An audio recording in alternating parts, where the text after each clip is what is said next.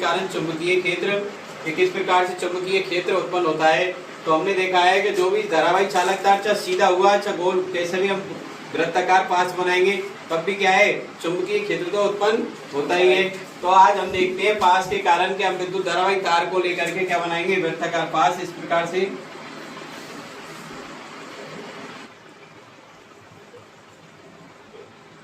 ये क्या बन गया, वृत्ताकार पास बन गया हमारा।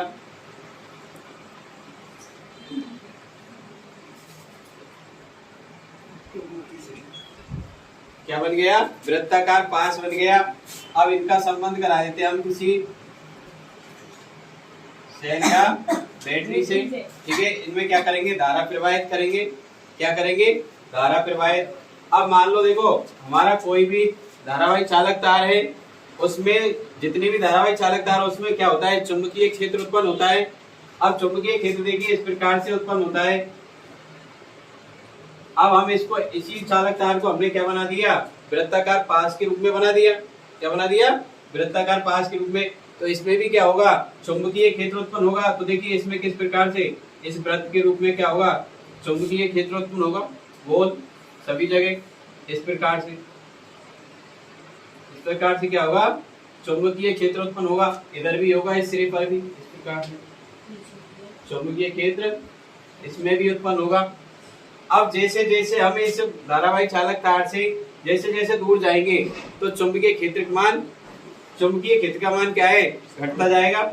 चुंबकीय क्षेत्र का मान देखिए, अब ये हमारा धारावाही चालक तार है तो सबसे इसके पास तो क्या होगा, चुंबकीय क्षेत्र अधिक होगा। जैसे जैसे दूर जाएंगे अपन तो चुंबकीय क्षेत्र का मान घटता जाता है। तो ऐसे इसमें क्या होगा, चुंबकीय क्षेत्र का मान क्या होता जाएगा, घटता जाएगा। क्या होता जाएगा, घटता जाएगा इस प्रकार से। लेकिन एक स्थिति ऐसी आई, इसमें क्या होता जाएगा, इधर भी घटता जाएगा। तो वृत्ताकार पास क्या है हमारा, ये वृत्त कैसे हो जाएंगे, एकदम सीधे होते जाएंगे। रेखाएं कैसी होती जाएंगी, सीधी, क्योंकि चुंबकीय क्षेत्र का मान जैसे जैसे दूर जा रहे हैं क्या हो रहा है, घट रहा है। तो चुंबकीय क्षेत्र का मान घटता जाएगा। लेकिन एक स्थिति ऐसी आएगी, वृत्ताकार पास, ये वृत्ताकार पास है, इसका ये केंद्र है। तो इसमें एक स्थिति ऐसी आएगी कि ये रेखाएं क्या हो जाएंगी, चुंबकीय क्षेत्र की रेखाएं समांतर हो जाएंगी। बिल्कुल कैसी हो जाएंगी, इस प्रकार से बिल्कुल सीधी हो जाएंगी। कैसी हो जाएंगी, समांतर। क्या हो जाएंगी, समांतर। ये क्लियर हुआ। तो इधर भी देखो हम जैसे जैसे दूर जा रहे हैं, ठीक है, धारावाही चालक तार से, तो चुंबकीय क्षेत्र का मान क्या है, कम होता जा रहा है। और एक स्थिति ऐसी आ जाएगी, बिल्कुल चुंबकीय क्षेत्र रेखाएं कैसी हो जाएंगी, समांतर। ठीक है। अब इसमें हम देखते हैं कि इसमें उत्तरी सिरा कौन सा है इसका और दक्षिणी सिरा कौन सा है। तो हमने आपके लिए बताया कि इसमें मान लो धारा प्रवाहित हो रही है। क्या हो रही है, धारा प्रवाहित। और हम इसको इस तरह, इस प्रकार से पकड़ रहे हैं, यूं इस प्रकार से। मैंने आपके लिए बताया दक्षिण हस्त अंगुष्ठ नियम।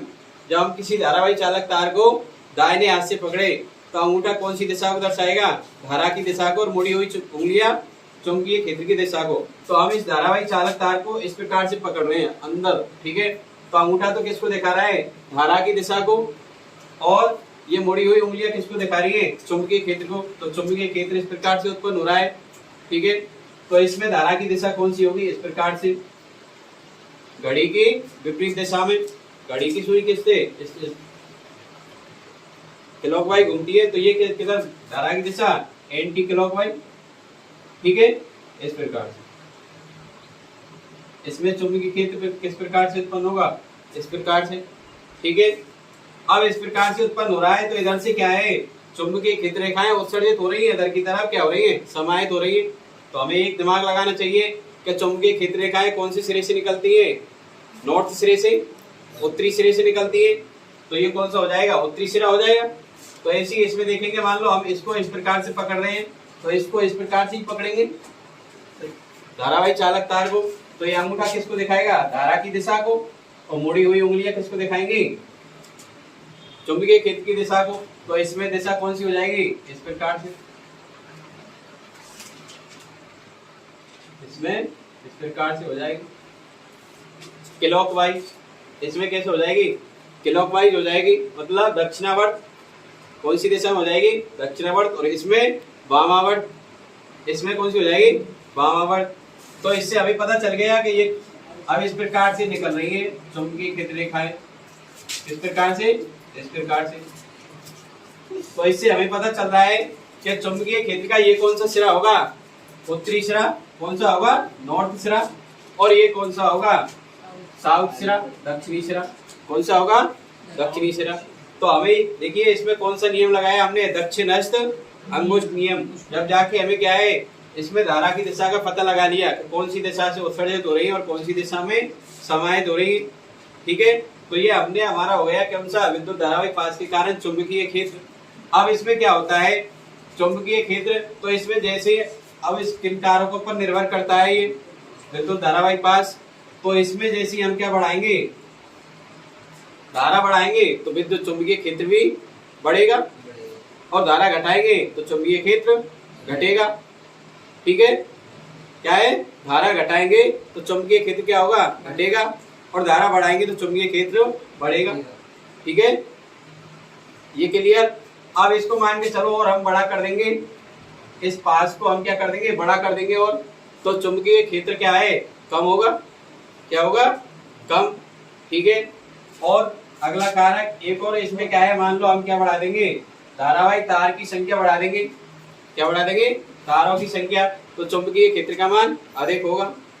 जैसे आपने पंखे में देखी है, मोटर देखी है, तो मोटर में क्या है, तारों की संख्या कैसी होती है, अधिक होती है। जो अंदर जो मोटर कसी हुई होती है उसमें तारों की संख्या अधिक क्यों होती है, क्योंकि उसमें अधिक चुंबकीय क्षेत्र उत्पन्न हो जाए, वरना एक ही मोटा तार ले लेते तांबे का और उसमें लगा देते, तो इसी कारण उसमें क्या है, अधिक तारों को लिया जाता है। तो ये हो गया हमारा क्या है, विद्युत धारावाही पास के कारण चुंबकीय क्षेत्र। समझ में आ जाना चाहिए, बिल्कुल, ठीक है। और समझ में आया हो तो वीडियो को लाइक और कमेंट करना।